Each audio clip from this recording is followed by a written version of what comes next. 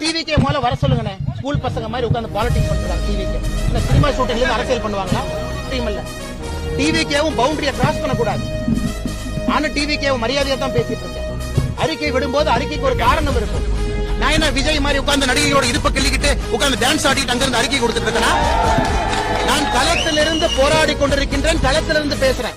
இது என்ன work from home பாலிடிக்ஸா விஜய்க்கு? என்ன ஒர்க் ஃப்ரம் ஹோம்? நாடகம் யாரு பண்றாங்க? யாரு? விஜய்க்கு 50 வயசுல அரசியல் வரணும்னு தோணுச்சா? 30 வயசுல எங்க போனாரு?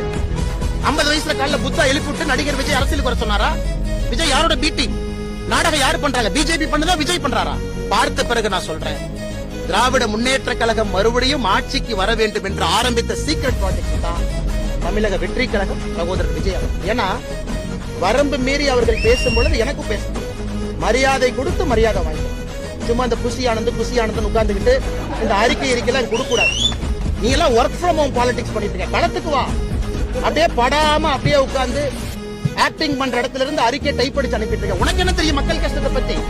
சிகரெட் குடிப்ப, மூவில ட்ரிங்க்ஸ் அடிப்ப, இதெல்லாம் பண்ணிட்டு டாஸ்மார்க் பத்தி பேசுறதுக்கு விஜய்க்கு யார் உரிமை கொடுத்தா? என் மாஸ்டர் படத்துல விஜயோட கேரக்டர் என்ன? சும்மா ஒரு குல்லாவை போட்டுட்டு நான் வந்து மைனாரிட்டி பக்கம் இருக்கேன்னு ஒரு நாள் வந்து இஃப்தார் வச்சுட்டு எல்லாம் வந்துருமானே?